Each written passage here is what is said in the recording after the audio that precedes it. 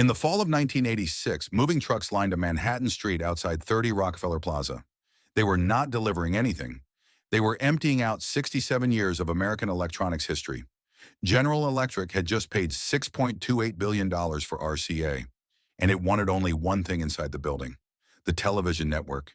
Everything else was for sale. A decade earlier, that same company had put a man's voice on the moon and a television in nearly every American living room. RCA had invented color TV, built the network America watched dinner beside, and once employed over 8,000 workers in a single Indiana factory. Now its name was being sold off in pieces, like furniture at an estate auction. But the real story of RCA is not the sale in 1986. It is the story of an American company that kept betting its future on the next big invention, and kept losing that bet, $1 billion gamble at a time. Every week we tell the stories of the American companies that built the machines that ran our homes, and what the market did to them. Like the video, and subscribe if that history matters to you. This one begins in Camden, New Jersey in 1919.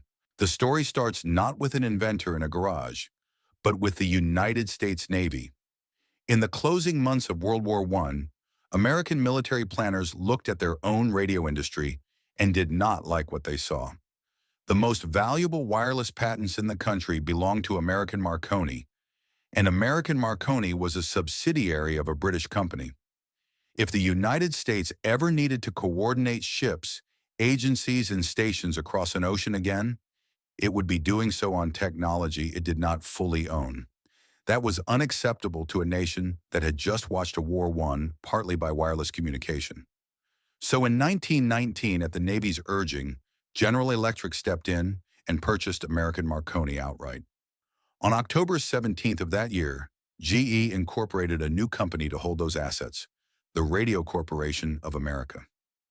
A little over a month later, on November 20th, RCA formally absorbed American Marconi's business and signed a cross-licensing agreement with GE. The deal was almost bloodless on paper. Patents changed hands, a corporate shell was built. But the intent behind it was distinctly American. Radio, the Navy had decided, would not remain a British export. It would become domestic infrastructure. Working inside that new company was a 28-year-old immigrant who had spent the last 13 years climbing the ranks of the very firm RCA had just swallowed. His name was David Sarnoff.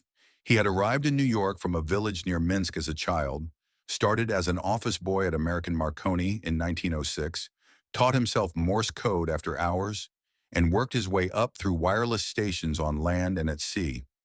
By 1917, he was running the company's commercial department. When RCA absorbed his employer 2 years later, he did not lose his job. He became RCA's first commercial manager, and within a decade, he would be running the entire company. Before RCA existed, American homes had almost nothing resembling broadcast radio in any organized form. Wireless technology was scattered across amateur operators, maritime signal stations, and military hardware. A tool for point-to-point communication between specific senders and specific receivers. Not something a family might gather around in the evening. There was no unified American radio industry standing behind it, no company positioned to manufacture the equipment, license the patents, and sell the idea to ordinary households all at once. That gap, a nation with the technology but no consumer product built around it, is exactly what Sarnoff saw before almost anyone else did. RCA set up its base of operations in Camden, New Jersey, a city already home to established manufacturing works along the Delaware River. It was not an accident of geography. Camden sat close enough to New York's financial and media power to stay connected to Sarnoff's ambitions, and it had the industrial base, skilled machinists, existing factory infrastructure, to eventually mass-produce whatever RCA decided to build. The Navy had created the company to protect a patent portfolio. Sarnoff intended to turn that portfolio into a business that put a radio receiver in every American parlor. Within RCA's first year, the company was already investing in something most executives at the time considered a research curiosity rather than a market. Engineer Harold Beveridge set up a receiving station in a tent on Long Island, testing radio reception technology, while RCA's leadership argued internally about what kind of company they actually wanted to be. Some board members, backed by General Electric and Westinghouse, saw RCA as strictly a patent-holding and equipment licensing operation, a wholesaler standing behind manufacturers, never touching the consumer directly. Sarnoff disagreed. He believed the real business was not equipment, it was broadcasting itself, building the programming that would make ordinary Americans want to buy a radio receiver in the first place.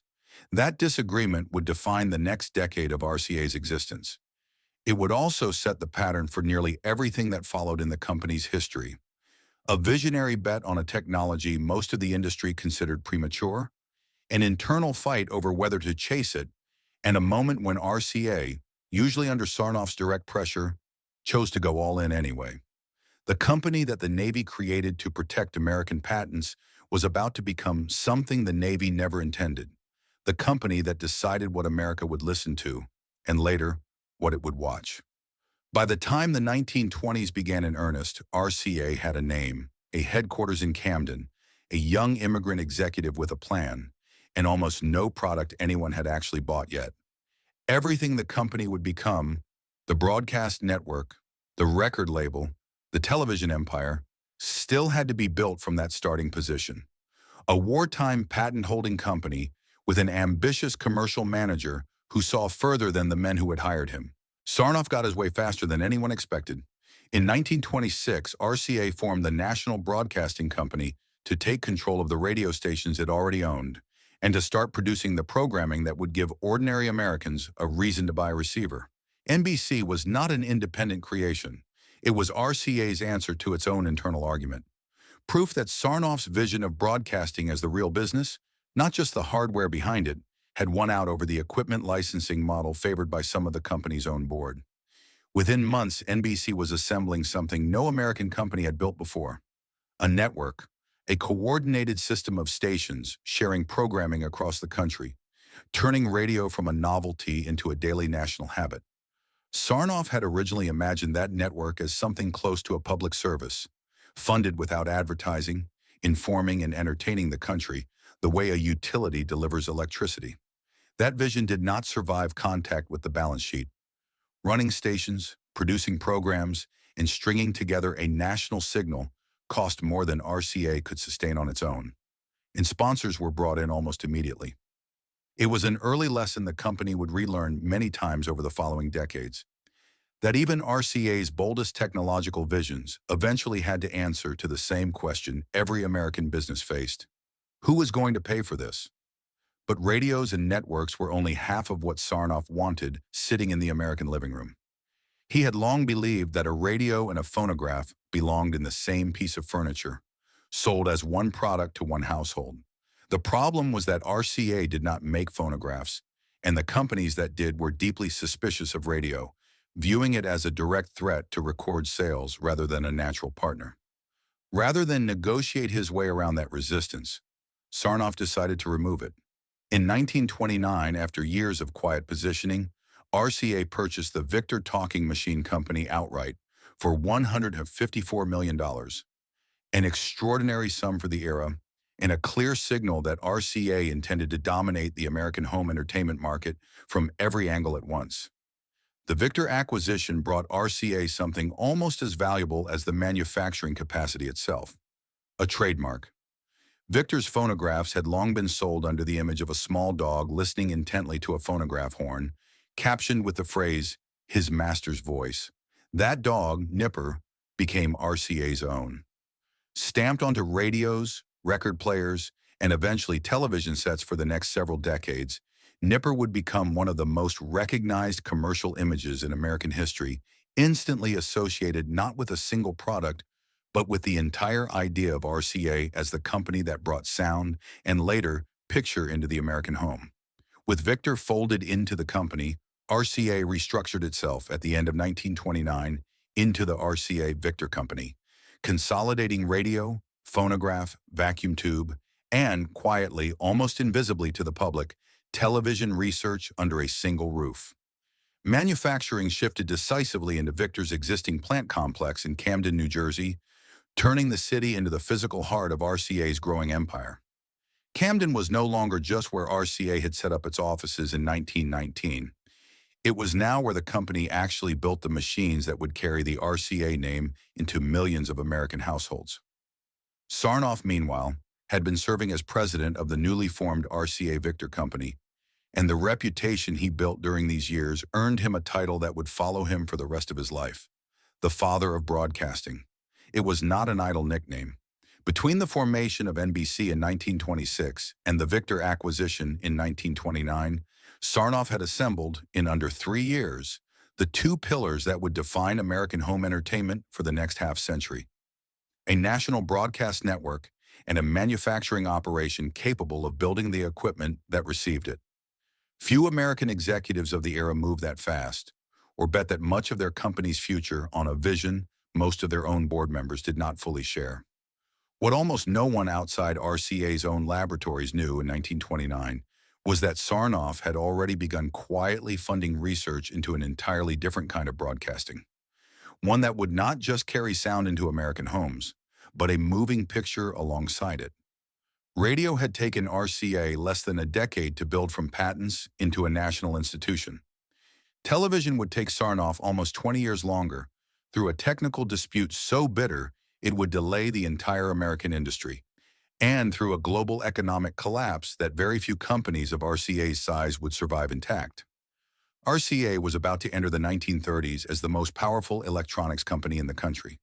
It had no idea yet how long the next bet would take to pay off, or how much it would cost to win.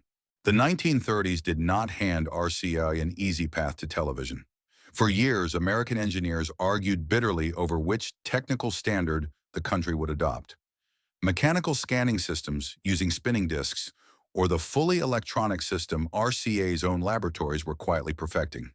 The dispute dragged on so long and grew so contentious among manufacturers that it threatened to strand American television years behind schedule while executives fought over blueprints instead of building products. Sarnoff had learned patience the hard way with radio. This time, he decided the industry would move only when he forced it to. He chose his moment carefully: the 1939 New York World's Fair, a spectacle built entirely around a single theme: the world of tomorrow. On April 20th, 10 days before the fair officially opened, Sarnoff stood outside RCA's pavilion, a building shaped fittingly like an enormous vacuum tube, and addressed a small crowd gathered on the fairgrounds. "Today we are on the eve of launching a new industry," he told them, "based on imagination, on scientific research and accomplishment." Then he made a promise that sounded almost theatrical for a corporate executive. "Now we add radio sight to sound." Inside the pavilion stood RCA's answer to a decade of technical infighting: a line of receivers the company had built specifically to prove electronic television was not a laboratory curiosity, but a product ready for American homes. The centerpiece was something RCA called the Phantom Teleceiver, a version of its TRK-12 receiver housed in a cabinet made from lucite, DuPont's new transparent plastic, so that fairgoers could see straight through the casing into the machine's inner workings. Nothing about the American television industry had been hidden or theoretical before that day. Now, quite literally, it was transparent, sitting behind glass at the most heavily attended spectacle in the country. 10 days later, on April 30th, the fair officially opened, and NBC, RCA's broadcasting subsidiary, did something no American company had ever done. It aired a live television broadcast of the opening ceremony, carrying a speech by President Franklin Delano Roosevelt out from a mobile camera truck on the fairgrounds, up to a transmitter connected to an antenna mounted on top of the Empire State Building, and out across roughly 55 miles in every direction. It was the first time a sitting American president had ever appeared on television. NBC used that same afternoon to announce something almost as significant: the beginning of a regular television broadcasting schedule, the first the country had ever seen. The number of Americans who could actually watch any of it was almost embarrassingly small. By some estimates, only 100 to 200 privately owned television sets existed in the entire greater New York area at the time. Inside the RCA pavilion, several hundred more fairgoers crowded around demonstration receivers, watching themselves on internal closed-circuit screens, taking home souvenir cards that read, simply, "I was televised." RCA offered 4 models of television receiver for sale that year, priced between $199.50 and $600, a staggering sum at a time when many American families were still recovering from a decade of economic hardship. The technology worked. The market for the moment barely existed. Sarnoff understood exactly what he was doing, even if the audience in front of him numbered in the hundreds rather than the millions. He was not launching a mass-market product in April of 1939. He was staking RCA's claim to an industry before that industry had a name recognized outside a handful of engineering journals, forcing competitors, regulators, and the American public to treat television as inevitable rather than experimental, simply by being the first company willing to put a price tag on it in public. It was the same instinct that had driven him to push RCA into national radio broadcasting 15 years earlier. Move first, move loudly, and let the rest of the industry spend the next decade catching up. But 1939 handed the American electronics industry a much larger problem than pricing or technical standards. 4 months after Sarnoff's speech at the fairgrounds, Germany invaded Poland, and the world tipped into a war that would consume nearly every American factory's capacity for the next 6 years, RCA's included. The television industry Sarnoff had just declared open would spend the entire next decade waiting. Vacuum tube production, radio manufacturing, and eventually television research itself would be redirected almost entirely toward the American war effort. And the man who had promised to add radio sight to sound would soon trade his corporate title for an Army uniform. What RCA had built in that lucite-cased receiver behind glass at Flushing Meadows would not reach the average American living room for another full decade. The invention was ready in 1939. The country it was built for was not, and would not be, until an entirely different kind of national mobilization came first. The war that stalled RCA's television ambitions ended up building the factory that would eventually manufacture the product at scale. In 1940, in the middle of that same wartime mobilization, RCA established a radio manufacturing plant in Bloomington, Indiana. Built on the grounds of a former furniture factory the company had purchased outright.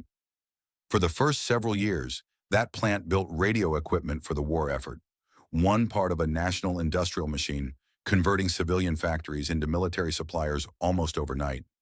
When the war ended in 1945, RCA did not shut the Bloomington plant down. It retooled it. And on September 6, 1949, the first television set rolled off that Indiana production line. The beginning of what would become one of the largest television manufacturing operations in the entire country. America in the years immediately after the war was starved for consumer goods after a decade and a half of depression and rationing, and television arrived at exactly the moment the country was ready to spend again. RCA's first black and white sets went on sale in 1946, and demand outpaced almost every prediction the company's own sales division had made. Families who had spent the war years gathered around a radio cabinet in the living room now had a reason to replace it entirely. Sarnoff's decade-old bet from the fairgrounds in Queens was finally paying off. Not gradually, but all at once, as television sets became the fastest-selling consumer appliance in American history up to that point. Color, however, would not come easily, and it would not come without a fight. Sarnoff had committed RCA's engineering resources to developing a fully electronic color system compatible with the black and white broadcasting standard already spreading across the country.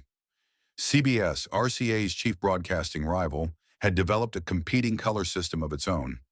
A mechanical design built around a spinning color wheel, technically simpler but incompatible with every black and white television set already sitting in American living rooms. The two systems could not coexist.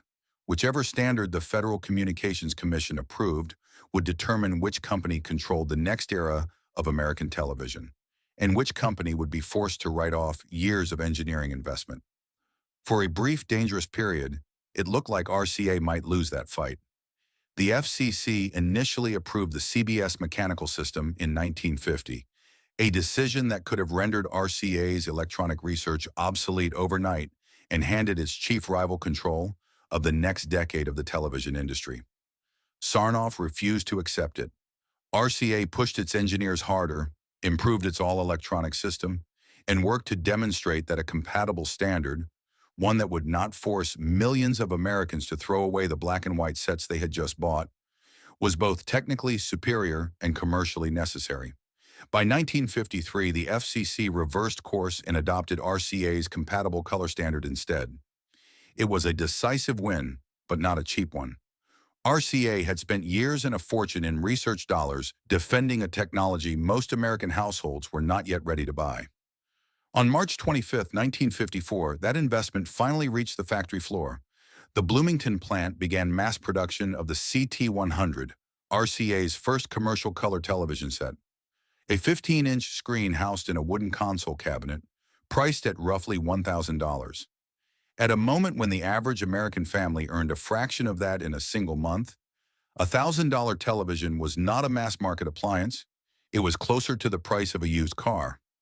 Early production ran at only around 2,000 units a month, a trickle compared to the black and white sets flying off the same production lines. RCA had won the standards war. It had not yet won American living rooms. That would take another decade of patient, expensive persistence. Cutting prices, refining manufacturing, and waiting for color programming itself to catch up to the hardware capable of displaying it. But the infrastructure RCA built to fight that fight became one of the largest industrial operations in the entire American electronics sector.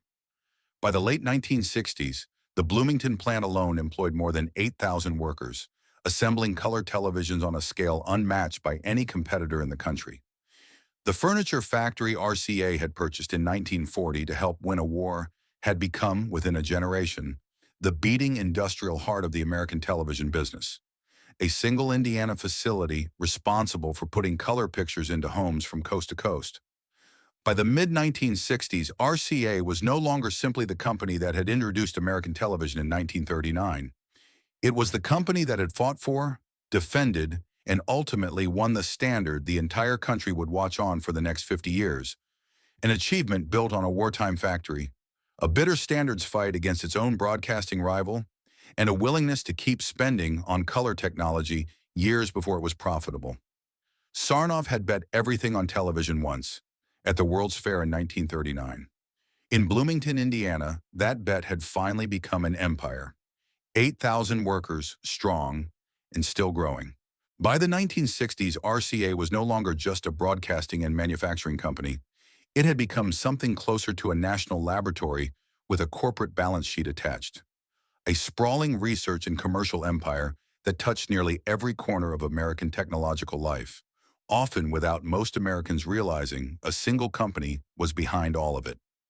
At the center of that empire sat RCA Laboratories, the company's central research campus in Princeton, New Jersey, established in the early 1940s specifically to consolidate the scattered engineering work that had once been split across separate divisions in Camden, Harrison, and Manhattan.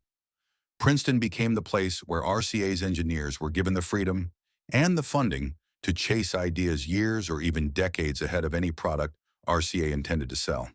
That freedom produced results far beyond television.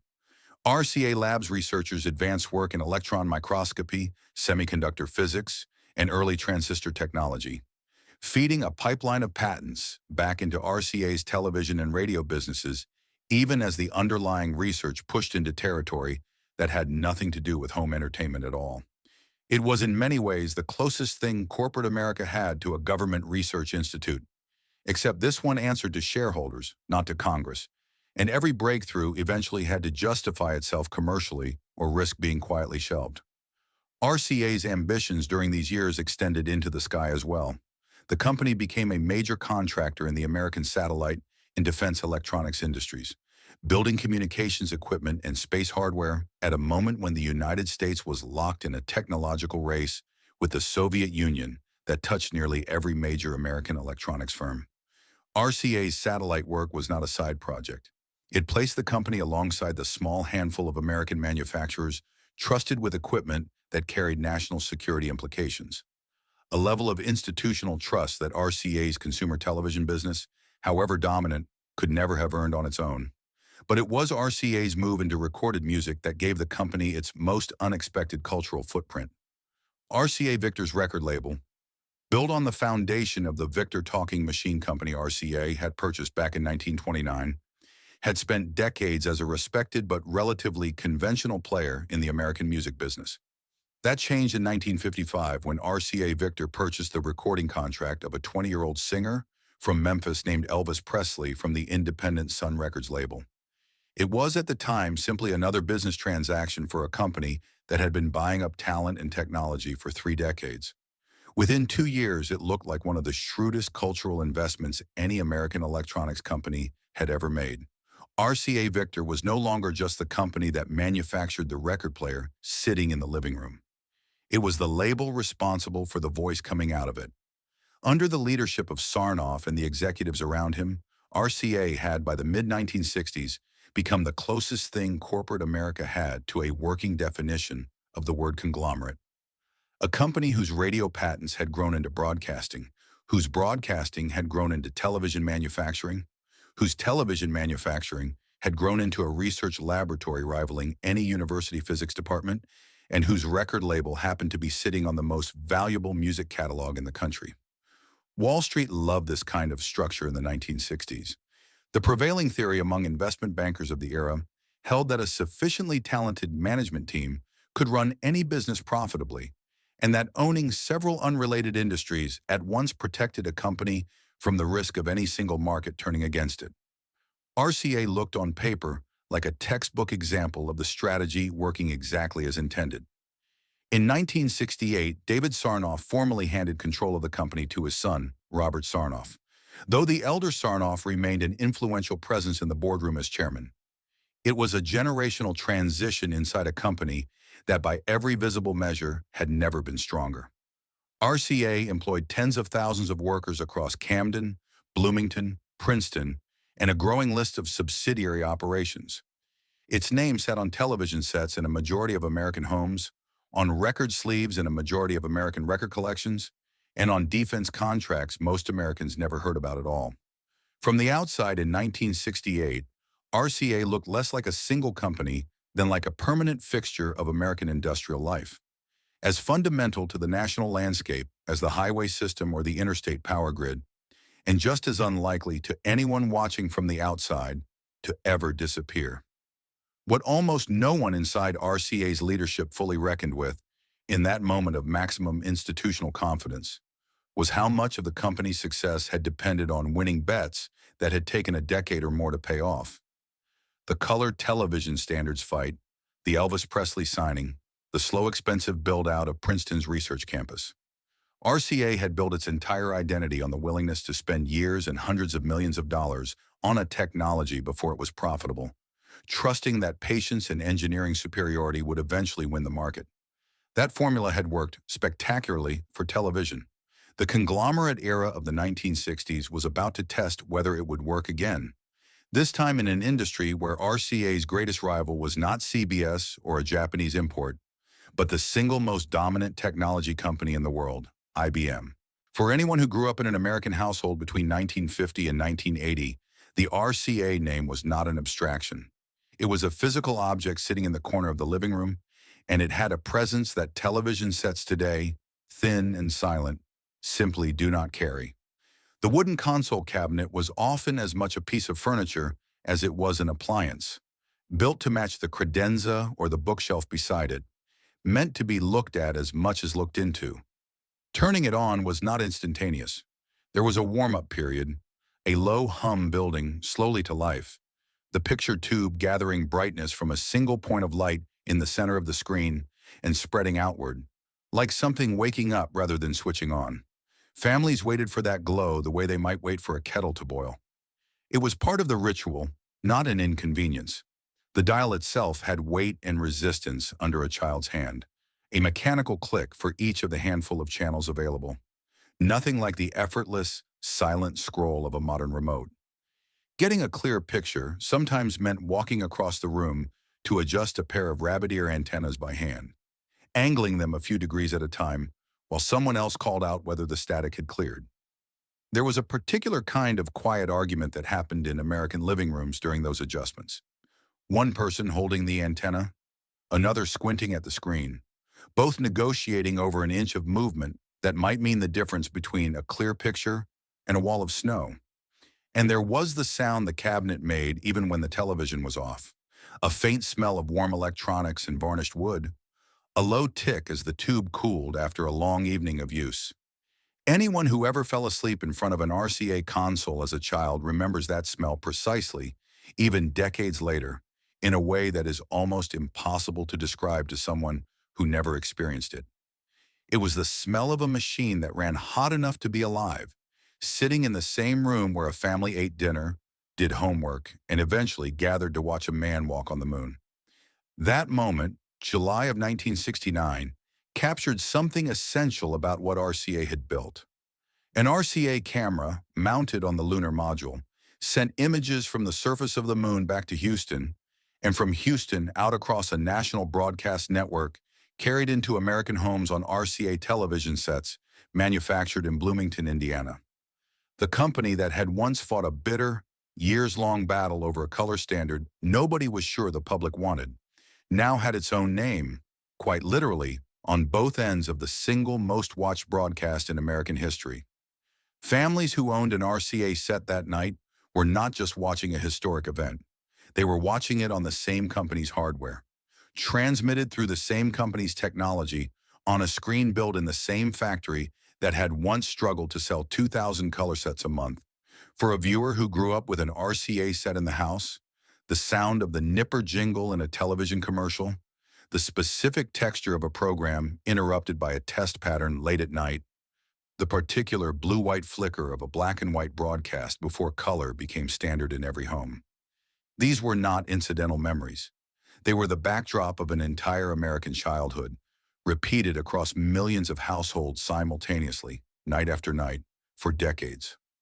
No single company had ever occupied that particular emotional space in American life before, and few would occupy it in quite the same way again.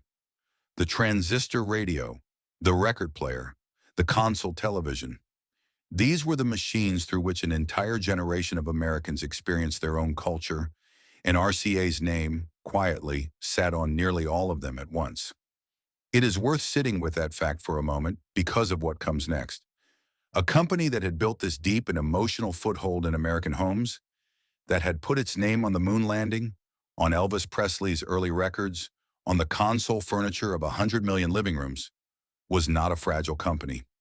It was by every visible measure in 1969 one of the most secure and beloved industrial names in the history of American consumer technology, which makes what happened over the following 2 decades all the more difficult to reconcile. RCA did not lose its footing because it stopped innovating. It lost its footing because it kept making the same bet that had built its empire. Spend big, spend early, trust the engineering, and, 3 separate times, in 3 separate industries, that bet simply stopped paying off. By the mid-1960s, IBM had built something close to a monopoly on corporate America's imagination. Its System 360 line of mainframe computers was becoming the default choice for banks, insurance companies, and government agencies processing the paperwork of an entire national economy, and RCA's leadership looked at that dominance and saw an opening rather than a warning.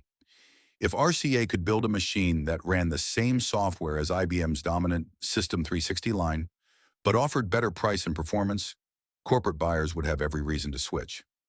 In 1965, RCA announced its answer. The Spectra 70, a family of mainframe computers built around RCA's own semiconductor technology, engineered specifically to be compatible with IBM's operating environment. On paper, the technical achievement was real. RCA's engineers built something called TSOS, the first mainframe operating system on the market to offer full demand paging virtual memory, a technical advance that allowed a computer to run programs larger than its physical memory could otherwise hold. It was, by several accounts, more advanced than anything IBM itself had shipped at the time. RCA had not simply copied its rival. It had, in at least one respect, out-engineered it. The company licensed the technology abroad, supplying the core design behind England's System 4 computers, extending RCA's influence into a global computing market it had only recently decided to enter.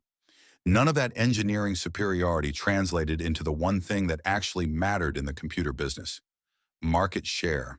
IBM did not simply have a better-known name.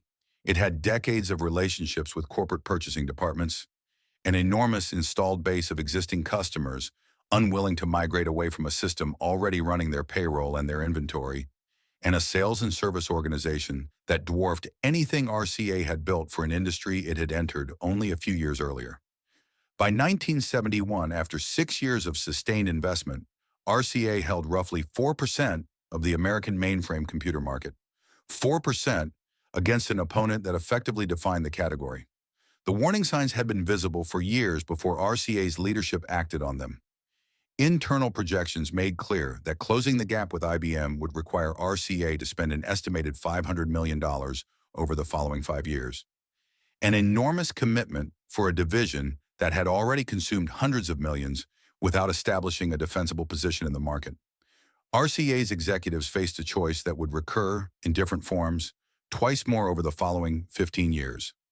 Keep spending on a technology bet that was not paying off, in the hope that persistence would eventually turn the tide, the way it had with color television 2 decades earlier, or cut the losses and walk away. On September 17, 1971, RCA's board of directors made its decision. The company would exit the computer business entirely. The announcement came with a staggering number attached.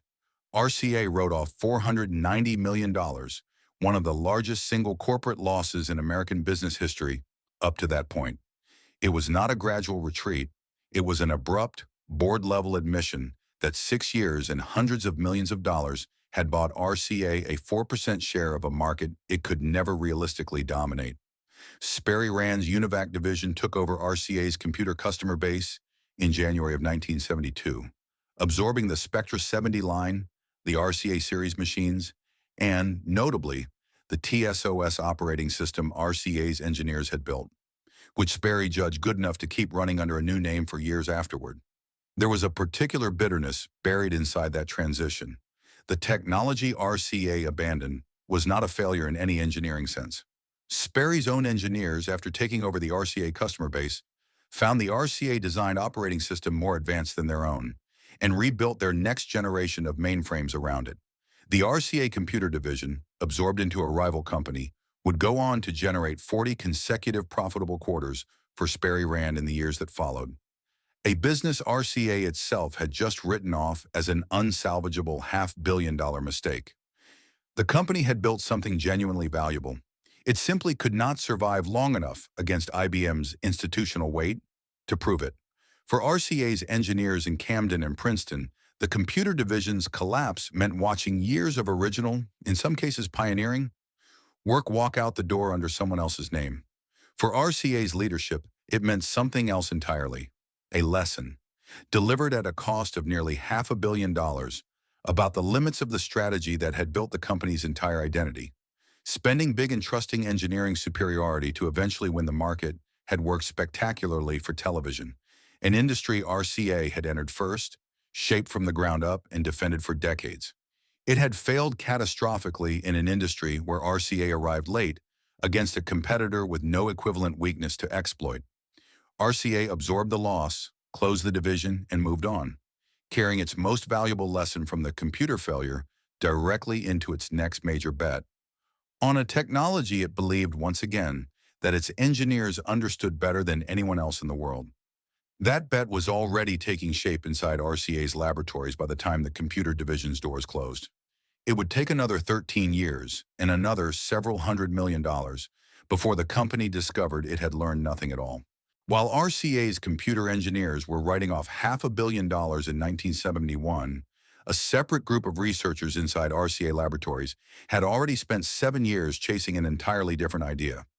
A way to bring pre-recorded movies into American living rooms on a disc, the way records had already brought music.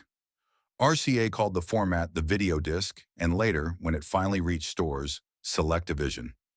The concept at its core resembled a phonograph record, a grooved plastic disc spinning at 450 rotations per minute, read not by a laser, but by a diamond-tipped stylus that traced the grooves and registered tiny changes in electrical capacitance. RCA's engineers called the format the capacitance electronic disc, a name few consumers would ever bother to learn. It was, in its own way, an extension of the same instinct that had built the company's television empire. Take a technology RCA understood intimately, in this case the phonograph, and reinvent it for a new kind of home entertainment. The engineering itself was genuinely remarkable. RCA had managed to pack video and audio information onto a disc at a density more than 100 times greater than a standard vinyl record, using a stylus embedded with its own microprocessor to decode the signal in real time. But greatness in the laboratory did not translate into speed to market. Magazine articles as early as 1976 hinted that RCA's video disc was on the verge of release. It did not actually reach retail shelves until March of 1981. Nearly 2 decades after the company first began serious development in 1964, and 5 years after the press had already begun predicting its imminent arrival. Those 5 lost years turned out to be the ones that mattered most. While RCA's engineers refined their capacitance disc, an entirely different home video technology had quietly become available to American consumers: the video cassette recorder. VHS and Betamax machines could do something RCA's SelectaVision player could never do, no matter how far the engineering advanced. Record television programs off the air at the viewer's own choosing. SelectaVision was read-only, a playback device, and nothing more, competing directly against machines that offered recording as a standard feature. By the time RCA's format finally reached stores in 1981, VCR prices were already falling fast enough to make the comparison brutal, and rental outlets for pre-recorded tapes were multiplying in strip malls across the country. RCA pressed forward anyway, pouring marketing dollars into a format that was, by most independent assessments, already behind before its first unit ever reached a showroom floor. The company had sunk an estimated $200 million into video disc development by the time of its 1981 launch, a number that would climb dramatically higher before the story reached its end. Early sales fell well short of RCA's own internal projections. The company had expected far stronger numbers in 1983 alone than the format had managed to achieve across its first 3 years combined. By the end of 1983, RCA had sold fewer than 500,000 SelectaVision players in total, against a video cassette market that was rapidly becoming the default way Americans brought movies into their homes. Sarnoff's old formula: keep spending, trust the engineering, wait for the market to come around, had no room left to operate. VCR prices kept falling toward $300, undercutting even RCA's discounted SelectaVision players, which had dropped to $199 and still could not move off shelves. On April 4, 1984, RCA announced it was halting SelectaVision production immediately, citing losses the company could no longer justify absorbing. The final number RCA reported was $580 million in cumulative losses, a figure that, by some estimates accounting for RCA's total 20-year investment in the underlying technology, approached $1 billion in today's terms. It was the second time in 13 years that RCA's board had been forced to write off a technology bet nearly as large as the mistake before it. The two failures were not identical, but they shared a common shape. In computing, RCA had entered late against an entrenched competitor and lost on scale. In home video, RCA had entered on a technology of its own design, arrived years too late even by its own timeline, and lost to a format built around a feature, recording, that RCA's engineers had simply chosen not to prioritize. Twice now, the company's deepest institutional instinct, the one that had built color television into a 50-year American standard, had failed to account for a market moving faster than RCA's own laboratories. By 1985, RCA's finances were not catastrophic, but its confidence was. The company's stock traded at a level that made it, for the first time in its history, a plausible acquisition target rather than an acquirer. General Electric, the very company that had incorporated RCA back in 1919 and had sold off its ownership stake decades earlier under antitrust pressure, began quietly circling. In December of 1985, the deal was announced. GE would pay $6,280 million in cash, $66.50 per share, to reacquire the company it had spun into existence 66 years earlier. The sale closed in 1986. It stood at the time as the largest non-oil corporate merger in American history. RCA's executives were told the company would continue operating largely as an independent unit inside GE's structure. That assurance did not survive contact with reality. GE's real interest in the deal had almost nothing to do with television manufacturing, consumer electronics, or the selective vision technology RCA had just abandoned. GE wanted NBC, the broadcasting network Sarnoff had built 60 years earlier to give people a reason to buy a radio. Everything else RCA had built across 6 decades, the Camden manufacturing legacy, the Princeton research laboratories, the Bloomington television plant employing thousands of American workers, was in GE's eyes simply inventory to be sold off. The empire that had put a camera on the moon and a Nipper decal on 100 million living room consoles was about to be dismantled piece by piece by the same company that had created it. Today, the Bloomington plant that once employed more than 8,000 workers assembling color televisions sits largely empty. GE moved its own consumer electronics production into the facility briefly after the 1986 acquisition, but the arrangement did not last. In 1988, GE sold the RCA and GE consumer electronics lines outright to Thomson, the French electronics conglomerate, making Thomson the fourth largest consumer electronics company in the world, behind only Sony, Matsushita, and Philips. Thomson kept the Bloomington plant running for another decade, but the economics that had once made Indiana the obvious place to build an American television had long since stopped making sense. In 1998, Thomson closed the Bloomington facility permanently and moved production to Juarez, Mexico. A plant that had opened in 1940 to build wartime radio equipment and that once manufactured more than 65 million televisions over its lifetime went silent for good. The RCA name did not die with the factory. It simply stopped belonging to anyone who had built anything. In 2004, Thomson sold the RCA trademark to Technicolor, another French media company. In 2007, Audiovox, an American consumer electronics distributor with no connection to RCA's original manufacturing legacy, acquired the rights to put the RCA name on audio and video products sold in the United States. More recently, a small Arizona holding company acquired RCA's commercial electronics division, now licensing the Nipper trademark for hotel televisions, hospital displays, and LED lighting fixtures. The dog that once sat on record players designed and built by RCA engineers in Camden now appears on products RCA never touched, manufactured by companies that simply purchased the right to use a logo that once meant something specific, that an American factory, staffed by American workers, had built the object in your living room. Walk through an estate sale in the Midwest today, and there is still a decent chance of finding an RCA console television from the 1960s sitting in someone's basement or garage, too heavy to move easily, too outdated to plug in, but too solidly built to have fallen apart on its own. Collectors of vintage American electronics, organized loosely through online forums and enthusiast communities dedicated to early television and radio hardware, still trade information about specific RCA models, still track down replacement tubes for machines that have not been manufactured in half a century. A working RCA CT100, the first mass-produced color television in American history, is now a genuine rarity, sought after by museums and serious collectors precisely because so few of the roughly 5,000 original units survived the decade since 1954. What disappeared alongside the RCA name was not just a product line. It was an entire category of American technical employment that no longer exists in anything resembling its original form.